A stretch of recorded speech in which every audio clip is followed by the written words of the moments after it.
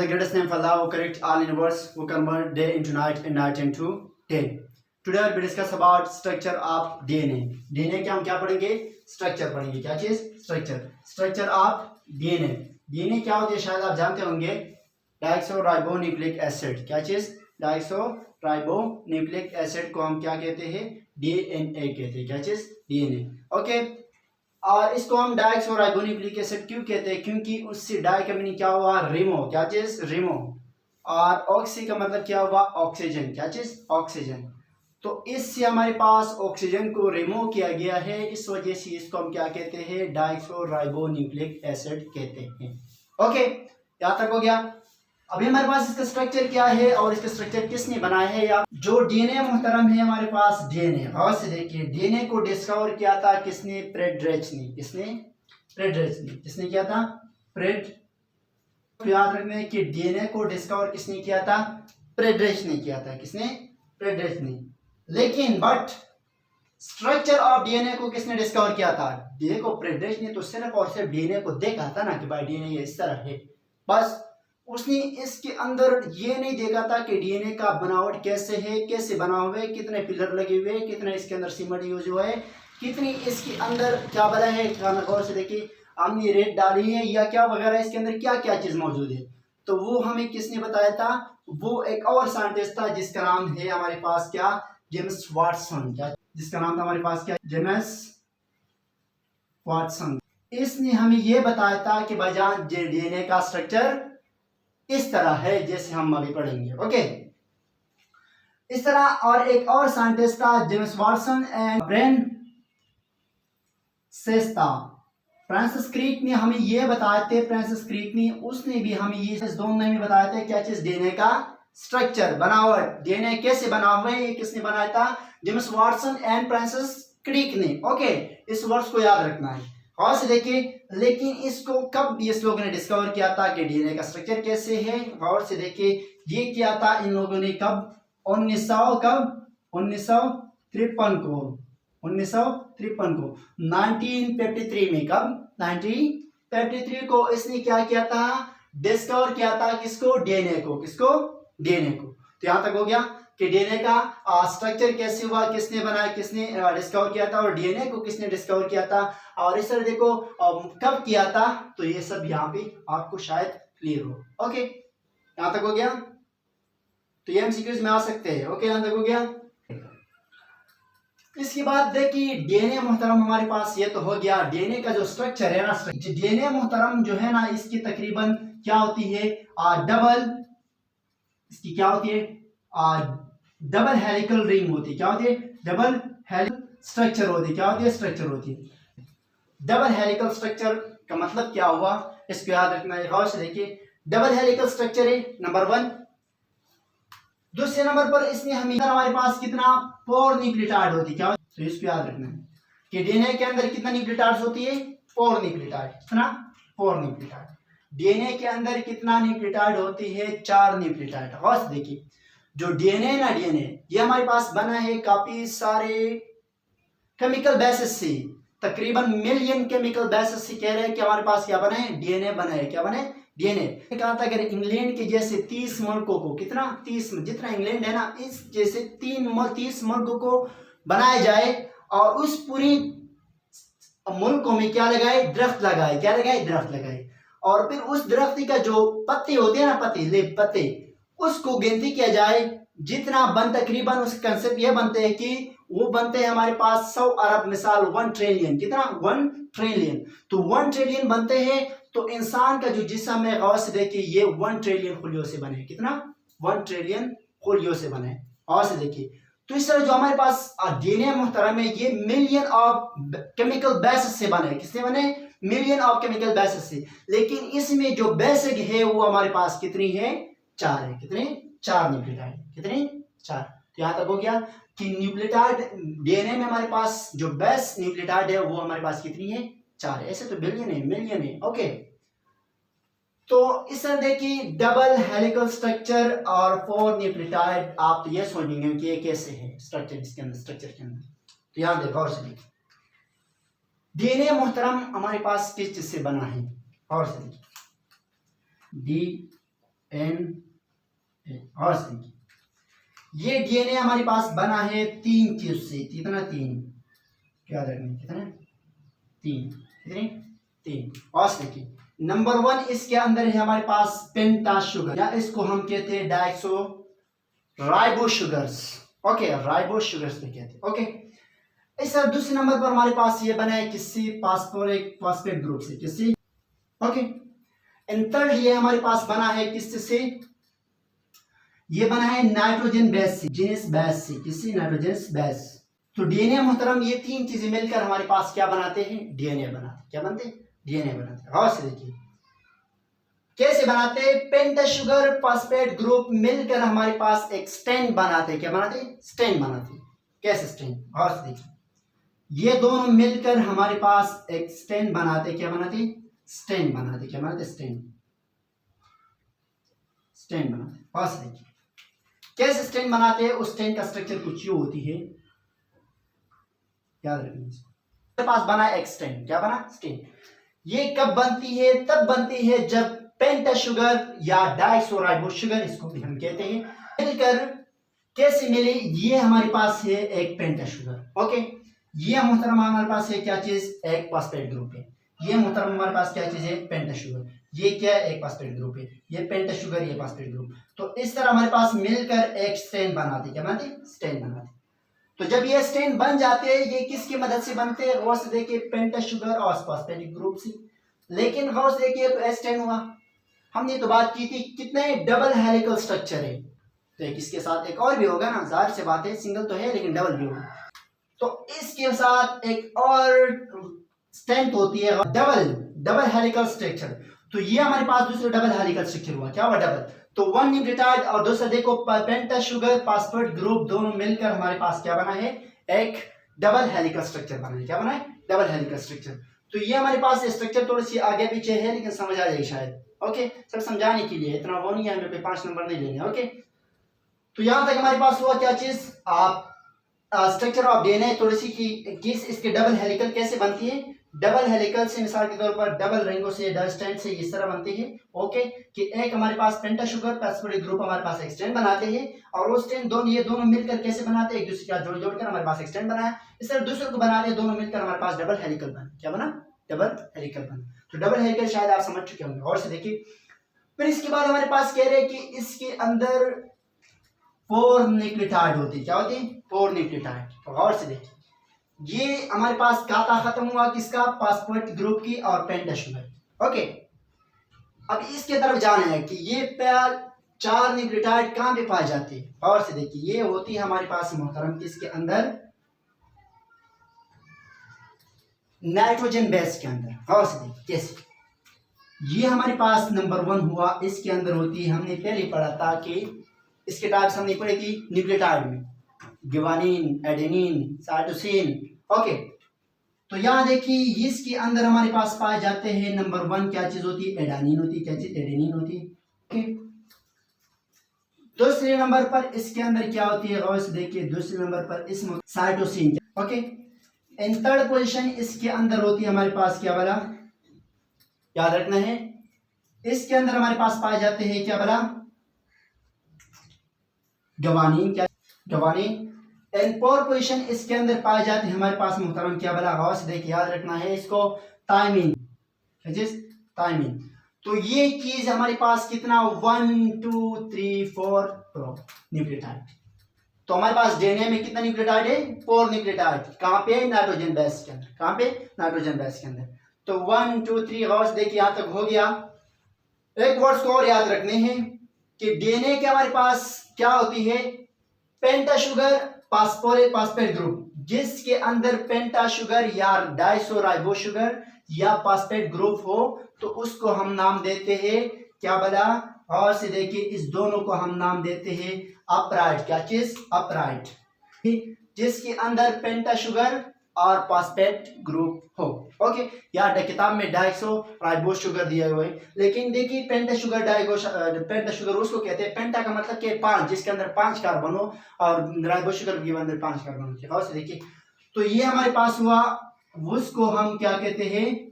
Upright कहते हैं, जिसके अंदर पेंटा शुगर और फास्फेट ग्रुप हो या डाइसो राइबोज शुगर, इसलिए बार बार कह रहे हो क्योंकि किताब में इस तरह लिखा। और देखिए यहाँ तक हो गया, सवाल इस तरह भी आ सकता है। और जिसके अंदर हमारे पास सिर्फ नाइट्रोजन बेस हो, क्या हो, सिर्फ नाइट्रोजन बेस, तो गौर से देखिए उसको हम क्या नाम देंगे, रिंग। तो रिंग मोहतरम हमारे पास क्या हुआ, वो हुआ जिसके अंदर सिर्फ और सिर्फ क्या हो, नाइट्रोजन बेस, क्या हो, नाइट्रोजन बेस हो। ओके, यहाँ तक हो गया। फिर इस तरह देखो ये कॉम्बिनेशन कैसे करी होती है, काम कैसे कर रही है, ये सारे बना होते हैं लेकिन इसके अंदर कैसे ये काम करेंगे, और देखिए कैसे करते हैं। इस वर्ड को याद रखना है कि डीएनए हमारे पास जो ब्लू कलर का लिखा हुआ है 1 2 3 और ब्लैक कलर का जो लिखा हुआ है, और देखिए ये हमारे पास क्या बनाते हैं, दो ग्रुप बनाते हैं, क्या बनाते हैं, दो ग्रुप बनाते हैं। कैसे बनाते हैं, साइटोसिन और थायमीन है, ये दोनों मिलकर एक ग्रुप बनाते हैं। गौर से देखिए इस दोनों की ग्रुप को हम नाम देते हैं, इसको याद रखना है, क्या चीज, किस चीज की, थायमीन, साइटोसिन और थायमीन के अंदर दोनों के बीच में। गौर से देखिए इस तरह गिबनीन और एडेनिन हमारे पास एक ग्रुप बनाते हैं। गौर से देखिए ये दोनों क्या बना, ये दोनों, जिसको हम कहते हैं पिरामिडीन, क्या चीज, पिरामिडीन हमारे पास दूसरा ग्रुप हुआ बिकॉज बिटवीन किसके अंदर, एडेनिन और ग्वानिन की, साइटोसिन और थायमीन की। ओके, ये दोनों ग्रुप, ये जो दोनों ग्रुप है ये एक दूसरे के खिलाफ चल रही होती है। मिसाल के तौर कैसे, डीएनए एडेनिन बॉन्ड कर रही होती है, बन जाते हैं, बॉन्ड बनाते हैं किसके साथ, थायमीन के साथ, किसके साथ, थायमीन के साथ। इसको याद रखना है कि एडेनिन हमारे पास नंबर 1, हम इसको डाल देंगे क्योंकि हमारे पास क्या होती है 1 ये हमारे पास एक स्ट्रक्चर है किस चीज की, डबल रिंग की, क्या, डबल हेलिकल स्ट्रक्चर, क्या, गौर से डबल हेलिकल स्ट्रक्चर। कैसे ही हम कहते हैं कि एडेनिन और थायमीन मिलकर काम कर रहे होते हैं, बॉन्ड बनाते हैं, हाइड्रोजन बॉन्ड बनाते हैं। कैसे, ये हमारे पास मुहतरम हुआ क्या चीज, एक एडेनिन हुआ, क्या हुआ, एडेनिन। तो इसके अपोजिट में, इसकी स्टार्म में हमारे पास क्या आएगा, क्या आएगा, थायमीन आएगा, क्या है, थायमीन। तो हमारे पास ये क्या होगा, थायमीन। तो थायमीन और एडेनिन दोनों आपस में क्या बनाते हैं, बॉन्डिंग बनाते हैं। तो इस बॉन्ड को हम नाम देते हैं हाइड्रोजन, क्या चीज, हाइड्रोजन। इस तरह देखिए अगर पेंटा शुगर ग्वानिन का हम स्ट्रक्चर यहाँ बनाए और थायमीन का बनाए तो दोनों के बीच में जो बॉन्ड बनेगी वो बॉन्ड किसका होगा, हाइड्रोजन बॉन्ड होगा, एच बॉन्ड होगा, जिसको हम एच बॉन्ड कहते हैं। और ये किसके दरमियान बन जाती है, एडेनिन और ग्वानिन के दरमियान, और साइटोसिन और ग्वानिन के दरमियान, एडेनिन और थायमीन के दरमियान, और साइटोसिन और ग्वानिन के दरमियान। गौर से देखिए ये जो बॉन्ड बना हमारे पास किसके दरमियान बना, किसके दरमियान बना, एडेनिन और थायमीन की, एडेनिन और थायमीन हमारे पास बने, क्या बने, एडेनिन और थायमीन। जब इसके बीच में हमारे पास बॉन्ड बनेगी, क्या बनेगी, हाइड्रोजन बॉन्ड। किताब में ये से दिया हुआ है कि एक पेंटा शुगर बनाए, क्या नाम है, ग्वानिन बनाए, और एक थायमीन बनाए, उसके बीच में हमारे पास क्या बने हैं, एक हाइड्रोजन बॉन्ड बना है इसके दोनों के दरमियान। तो उसको हम फिर क्या कहते हैं, एच बॉन्ड या हाइड्रोजन बॉन्ड। ओके, तो यहाँ पे इस तरह बनते हैं, यहाँ पे थोड़े से शो कर देंगे, कोई प्रॉब्लम नहीं, आप जो नहीं हो गया। इस तरह फिर साइटोसिन और ग्वानिन मिलकर बॉन्ड बनाते, क्या बने, दोनों के दरमियान बनती है। मिसाल के तौर पर यहाँ देखिए ये हमारे पास मुहतरम हुआ क्या बना, साइटोसिन, क्या चीज, साइटोसिन। और ये मुहतरम हमारे पास हुआ क्या चीज, हमारे पास दूसरा मार्कर नहीं है, इस वजह से ब्लैक कलर से कर। दूसरा क्या, ये हमारे पास ग्वानिन हुआ, क्या हुआ, ग्वानिन। इस दोनों के बीच में जो बॉन्ड बनते हैं उसको हम साइटोसिन और ग्वानिन कहते हैं, साइटोसिन और ग्वानिन, इसको हम हाइड्रोजन बॉन्ड कहते हैं। तो हाइड्रोजन बॉन्ड गौर से देखिए इस दोनों के अपोजिट में बनेगी किसके दरमियान, एडेनिन और थायमीन, साइटोसिन और ग्वानिन। ओके, अपने दिमाग में बैठाना है। ओके, ऐसे ना हो कि एडेनिन साइटोसिन से मिलकर हमारे पास क्या हो, दोनों के दरमियान बॉन्ड बनती है, ऐसे नहीं। ओके, एडेनिन आवाज अपोजिट होगा किसकी, थायमीन की, साइटोसिन अपोजिट होगा किसकी, ग्वानिन की। ओके, यहाँ पे है सारी, यहाँ का समझ आ गया। तो कि हमारे पास कैसे बनते हैं, यू बनते हैं, क्या चीज, हाइड्रोजन बॉन्ड, क्या चीज, हाइड्रोजन बॉन्ड। और जब ये हाइड्रोजन बॉन्ड हम किस बनाते थे, बॉन्ड हम किस लिए बनाते, बॉन्ड जानते हैं ना, हम एक चीज को किस लिए बांधते हैं, ताकि इसलिए बांधते हैं कि ताकि दोनों ही क्या हो, जोड़ जाए, क्या हो जाए, जोड़ जाए। और से देखिए मिसाल के तौर पर एक स्टोन मार्कर को अगर हम चाहे कि इसको क्या करें, जोड़े, तो हम इसको या तो वेल्डिंग लगाएंगे, वेल्डिंग तो नहीं होती क्योंकि प्लास्टिक है। ओके, या किसी और चीज से इसको बांध देंगे या कुछ करेंगे, सीमेंट लगाएंगे, चल छोड़ देगा। और देखिए तो इसको हम बांधने के लिए हमें क्या करना होगा, इसके बीच में बॉन्ड बनानी होगी, इसको बांधना होगा। क्यों बांधेंगे इसको, ताकि ये दोनों क्या हो, एक साथ। और देखिए अगर इस बॉन्ड को हम क्या करें, तोड़ दे, खोल दे, जिसको हमने बांधा था, और देखिए तो जाहिर सी बात है ये एक साथ पे जाएगा, दूसरा इस साथ पे जाएगा ना। तो इस वजह से जाएगा क्योंकि इसका जो बॉन्ड था वो क्या हुआ, ब्रेक डाउन हुआ। क्या हुआ, ब्रेक डाउन। और से देखिए थायमीन और एडेनिन के बीच में जो बॉन्ड बनी हुई है, अगर इसको हम तोड़ दें, क्या करें, तोड़ दें, और से देखिए तो जाहिर सी बात क्या हो जाएंगी, ब्रेक डाउन, अलग अलग हो जाएगी। और अगर हम इसको जोड़े तो क्या बनेगा, बॉन्ड के साथ ये जोड़ेंगे, दोनों जोड़ेंगे। और से पास क्या चाहिए, स्ट्रक्चर ऑफ डीएनए, डीएनए का क्या स्ट्रक्चर।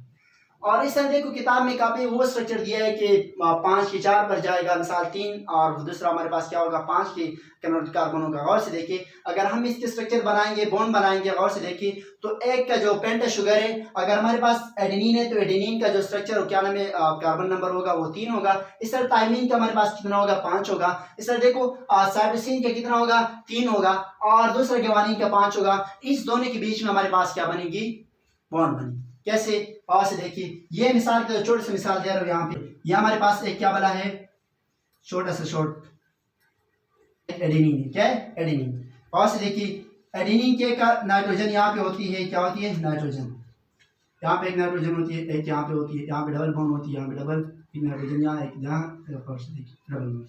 हमारे पास क्या बना, एक एडेनिन का स्ट्रक्चर है, क्या, एडेनिन का स्ट्रक्चर। और इस तरह देखो हमारे पास ग्वानिन का स्ट्रक्चर अगर हम बनाए, किसका, ग्वानिन का। और से देखिए ग्वानिन का, हमारे पास एक ग्वानिन का क्या हुआ, ग्वानिन, क्या हुआ, ग्वानिन। और से देखिए ग्वानिन, तो इस ग्वानिन और एडेनिन के बीच में जब बॉन्ड बनेगी, गौर से देखिए इसके अंदर हमारे पास ये नंबर 1 कार्बन, 2, 3, 4 और 5 कार्बन है इसके अंदर, कितने, 5 हो गया, पेंटा शुगर। ओके, इस तरह देखिए हमारे पास जो एडेनिन है ना, एडेनिन, इसके अंदर हमारे पास देखो 1, 2, 3, 4 और 5। ओके, तो कितने कार्बन हमारे पास, 5 हुए, कितने, 5। और से देखिए इसकी बॉन्ड में जो बनेगी, बीच में बॉन्ड बनेगी, क्या बनेगी, बॉन्ड बनेगी। और से देखिए ये बॉन्ड बनेगा किसके अंदर, 5, ये 5 कार्बन है और यहाँ क्या है, 3 कार्बन। तो 5 और 3 कार्बन के बीच में ये बॉन्ड बनेगी। यहाँ पे हमारे पास कौन सा बॉन्ड बनेगा, हाइड्रोजन बॉन्ड। कौन सा, हाइड्रोजन, इसको और क्या, कौन सा बॉन्ड बनेगा, हाइड्रोजन बॉन्ड। तो हाइड्रोजन बॉन्ड हमारे पास बना किसकी, 5 और 3 कार्बन की। इस तरह ये दोनों का भी इस तरह 5 और 3 कार्बन की बनेंगे। ओके, तो ये हो गया हमारे पास 5 और 3 कार्बन के अंदर बीच में कैसे बनती है। तो यहां तक देखो हमारे पास स्ट्रक्चर था, क्या स्ट्रक्चर ऑफ डीएनए, डीएनए का क्या था, स्ट्रक्चर था कि डीएनए का स्ट्रक्चर क्या है। और से देखिए अभी हम इसको क्या करेंगे, स्ट्रक्चर तो डीएनए तो हमने पढ़ी, लेकिन अब ये पढ़ना है कि भाई डीएनए का काम क्या है। यहां देखिए और से फंक्शन है, काम थोड़े से पढ़ेंगे, फिर बाद में उसको डिटेल से। डीएनए का स्ट्रक्चर हमारे पास क्या है, फंक्शन। और से देखिए डीएनए का नंबर 1 हमारे पास काम क्या है, यहाँ पे हम थोड़े से लगाएंगे डीएनए, क्या चीज, डीएनए। और से देखिए डीएनए का नंबर 1 काम हमारे पास क्या होती है, ये हमारे पास क्या, जेनेटिक इंफॉर्मेशन को स्टोर कर रहे होते हैं, क्या होते हैं, स्टोर द जेनेटिक इंफॉर्मेशन। बच्चों से जो, वालिदैन से जो बच्चों को जो खुशियात आते हैं उसको स्टोर कौन करते हैं, किसके अंदर पड़ी होती है, वो डीएनए के अंदर, किसकी शक्ल में, जीन की शक्ल में। ओके, तो फिर इस जीन को हमारे पास, जीन क्या वाला है, smallest part of the DNA is called gene. तो स्मॉलेस्ट पार्ट है किस पार्ट से, डीएनए के। डीएनए की छोटी सी हिस्से को हम क्या कहते हैं, जेनेटिक के, जीन के। जैसे मिसाल के हमारे पास डीएनए है, इसकी यहां से लेकर यहां तक जो हिस्सा है, यहां से मिसाल के तौर पर यहां से लेकर यहां तक जो हिस्सा है, इसको हम क्या नाम देंगे, जीन देंगे। क्या चीज, जीन। ओके, तो इसको जीन को हम, इसके बाद टॉपिक है हमारे पास जीन, उसको डिस्कस करेंगे इसे। बस देखिए तो जेनेटिक इंफॉर्मेशन को क्या कर रहे होते हैं, स्टोर कर रहे होते हैं। दूसरे नंबर काम इसका क्या, नंबर 1 तो हो गया। एक और काम है, ये हमारे पास प्रोटीन, मुहतरम जानते हैं ना, प्रोटीन काम कर रहे होते हैं। और से देखिए कैसे, मिसाल के तौर पर डीएनए का सिंपल से काम क्या है, डीएनए हमारे पास क्या चीज है, ये एक ऑर्डर कर रहे होते हैं, जैसे कि जज साहब बैठा होते हैं ना 22 तरह करने। और देखिए ये सिर्फ और सिर्फ हमारे पास ऑर्डर कर रहे होते हैं, सेल के अंदर, न्यूक्लियस के अंदर ये पाए जाते हैं। और ये क्या कर रहे होते हैं, सिर्फ और सिर्फ लेटर लिखते हैं कि भाईजान हमारे जिस्म के अंदर यहाँ पे प्रोटीन की जरूरत है। जैसे कि मिसाल के तौर पर स्किन के अलग प्रोटीन है, ईयर के अलग प्रोटीन है, नेल के अलग प्रोटीन है। इस तरह हमारे पास हर अज़ा की अलग अलग प्रोटीन, हर चीज के अलग अलग है ना, जिस्म की एक चीज से नहीं बने। जैसे हमारे पास एक कमरे है ना, सारा तो सीमेंट से नहीं बने, गेट किससे, लकड़ी से बने, पंखा किससे बने, लोहे से। ओके, दूसरा हमारे पास छत किससे बने, सीमेंट से बने, तारे किससे बनी है, प्लास्टिक से, तो ज़ात तांबा और प्लास्टिक। और से देखिए, तो ये जो कमरा है ये अलग अलग चीज़ से बना है, इस तरह हमारे जिस्म भी अलग अलग प्रोटीन से बना है, एक चीज़ से नहीं, एक चीज़ किस्म के प्रोटीन से नहीं बना है। और से देखिए, तो जब ये हमारे पास क्या बने होते हैं, प्रोटीन की ज़रूरत होती है हमारे जिस्म के अंदर। जैसे कि मिसाल के तौर पर हमारे पास इस क्लास के डेस्क टूटा हुआ है, तो डेस्क की जरूरत, लकड़ी की जरूरत है, डेस्क की जरूरत है। आप किसको बताते हो? सर को भाई डेस्क लिया, क्या करें, डेस्क लिया, डेस्क खत्म, क्या है, हम नहीं बैठ सकते, खराब है। तो इस तरह देखो हमारे जिस्म के अंदर अगर किसी प्रोटीन की जरूरत हो, स्किन प्रोटीन की, तो ये डीएनए हमारे पास क्या करे होते हैं, लेटर लिखते हैं, क्या है, लेटर, और भेजते किसको, आरएनए को, और आरएनए उस पर क्या करे होते, काम करे होते, बनाते हैं। तो डीएनए प्रोटीन सिंथेसिस में भी काम करे होते हैं।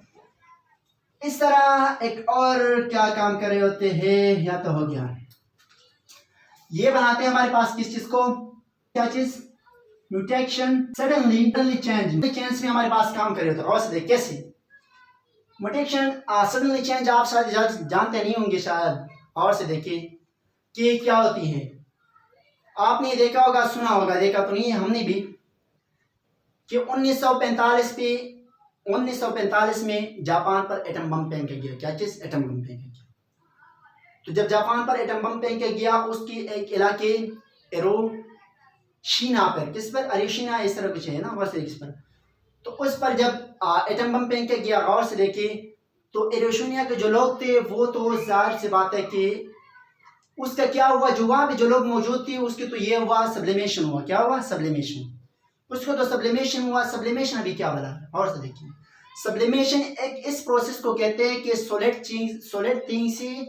चीज से, एक ठोस चीज से डायरेक्टली वेपर बनना। क्या बनना, वेपर बनना, उसको क्या कहते हैं, सब्लिमेशन। और से देखिए, ये हमारे पास क्या है, सॉलिड थिंग, सॉलिड है ना, इससे डायरेक्टली वाटर वेपर बनना, इसको हम क्या कहते हैं, सब्लिमेशन कहते हैं। और से देखिए, अगर हम इसको चाहे क्या भरे, इससे वाटर वेपर में चेंज करना है, गैस में चेंज करना है, तो क्या करना होगा, हमें पहले इसको पिघलाना होगा ना, पिघल जाते, इसको हम जलाएंगे तो क्या होगा, पिघलेगा ना, इसको हम हीट देंगे तो पिघलेगा। और से देखिए, जब ये पिघलेगा, पिघलने के बाद ये क्या हो जाएगा, इसको मजीद हीट देंगे तो ये वाटर वेपर पर पहुंच जाएगा। मिसाल 100% पर तो जाएगा किस पर, वाटर वेपर पर, जाके हवामी गैसों में उड़ जाएगा, वाटर वेपर, बुखारात बनेगी। क्या बनेगी, बुखारात।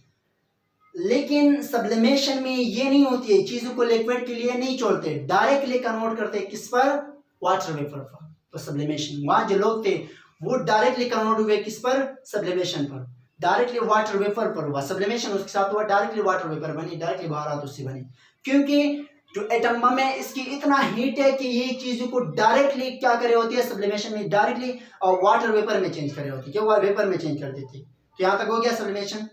और से देखिए, फिर इस तरह हमारे पास क्या होती है, जो जापान था ना, जापान, आपने सुना होगा कि जापान में लोग फिर क्या पैदा हो रहे थे, किसका 2 पाँव, किसका लंगड़े, कुछ बहरे, कुछ क्या गैर अजीब सा, मिसाल किसका 3 पाँव होते थे, किसका 2 हाथ होते थे, किसके 10 उंगलियां, मिसाल 10 उंगली के बजाय एक हाथ में 5 उंगली के बजाय 6 थे, किसका कुछ अजीब सा मिसाल के तौर आगे पीछे थे, किसका 3 टांगे थे, किसका 3 हाथ थे, किसका 2 हाथ थे, किसके 4। वो किस वजह से इस तरह हो रहे थे, गौर से देखिए, क्योंकि इस एटम बम के अंदर सब्लिमेशन के अलावा एक और खतरनाक चीज पाया जाता है जिसको हम कहते हैं रेडियोएक्टिव मटेरियल। क्या चीज, radioactive material. Radioactive material atom bomb के अंदर होती है, और ये क्या कर रहे होते हैं, ये डायरेक्टली असर कर रहे होते हैं आपके किस पर, डीएनए पर, किस पर, डीएनए पर। और से देखिए, जब डीएनए पर ये असर कर रहे होते हैं तो डीएनए को क्या कर देते, कंफ्यूज कर देते, क्या करें, कंफ्यूज कर देते। डीएनए को फिर ये पता नहीं चलते कि भाईजान ये बच्चे की मिसाल वालिदैन के हाथ 2 है, पैर 3 है, 4 है, क्योंकि वो डीएनए का काम के मटेरियल, जेनेटिक मटेरियल को स्टोर करना, क्या करना, स्टोर करना, इसके अंदर मौजूद होती है, जो इसके अंदर वालिदैन के अंदर होती है, तो उस बच्चे के अंदर भी क्या होती है, मुंतकिल हो जाती है। ओके, तो जब इसके ऊपर रेडियोएक्टिव मटेरियल का असर पड़ जाते हैं तो गौर से देखिए, ये डीएनए मोहतरम क्या हो जाते हैं, कंफ्यूज हो जाते हैं। क्या हो जाते हैं, कंफ्यूज। फिर ये डीएनए से ऐसे काम नहीं कर रहे होते। मिसाल के तौर पर ये पहचानते नहीं है कि भाईजान इस बच्चे के कितना, मिसाल के तौर 2 हाथ है, या 1 है, या 3 है, या 2 है। ओके, इस तरह देखिए, इसके 2 पाँव है, या 3 है, या 4 है, ये फिर वो पहचान नहीं पाते, क्योंकि उसको डिस्टर्ब किया होते हैं, किसने इसको कंफ्यूज किया होते हैं, किसने, रेडियोएक्टिव मटेरियल ने। और इस वजह से जो वो क्या नाम है, जापान में लोग 2 पाव 3 पाव इस तरह क्या नाम है 3 हाथ 4 उंगली वो करके के पैदा हो रहे थे। इस वजह से हो रहे थे क्योंकि उसका जो डीएनए था वो कंफ्यूज हो चुका था। बिकॉज ऑफ व्हाट, किस वजह से हुआ था, रेडियोएक्टिव मटेरियल की वजह से। किसी रेडियोएक्टिव मटेरियल का असर उसके पड़ा था, तो डीएनए उसको सही से पहचान नहीं पा रहे थे। तो बस जैसे बच्चा पैदा हुआ उसको ये पता नहीं चलता था कि बच्चे के 2 हाथ होते या 3 होते। इसके वालिद साहब के 2 हाथ थे या 3 थे। तो गौर से देखिए इसकी इंफॉर्मेशन क्या थे, वो बेचारा डिस्टर्ब हो जाते। मिसाल के इंसान भी कभी भी हो जाते हैं। साथ में कोई आपको कह दे कि भाईजान जाके ले आओ क्या नाम है बाजार से सब्जियां, क्या चीज सब्जियां, आप जाके सब्जी के बजाय आपने उठाया क्या चीज, दाल उठाए, क्या पता है दाल।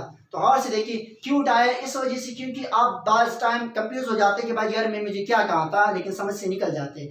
तो इस तरह ये बेचारा भी कंफ्यूज हो जाते हैं और फिर इसके अंदर क्या होती है, ये बच्चे को सही से पहचान नहीं पाते कि इसके 2 हाथ है 3 है, बस डायरेक्टली बन जाते। ओके, तो यहाँ तक हो गया कि डीएनए हमारे पास क्या करे होती है।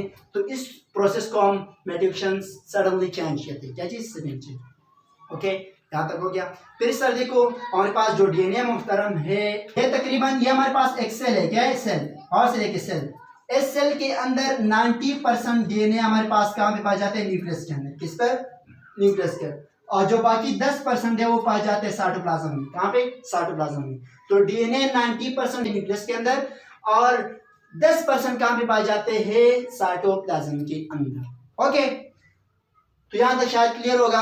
ये हमारे पास था क्या चीज, स्ट्रक्चर ऑफ डीएनए और कुछ फंक्शन ऑफ डीएनए। ओके, तो यहां तक कोई सवाल है तो नहीं है, सोचे नहीं है। ओके, अगर इसमें कोई सवाल है तो आप कमेंट सेक्शन में पूछ सकते हैं। ओके, खुदा हाफिज।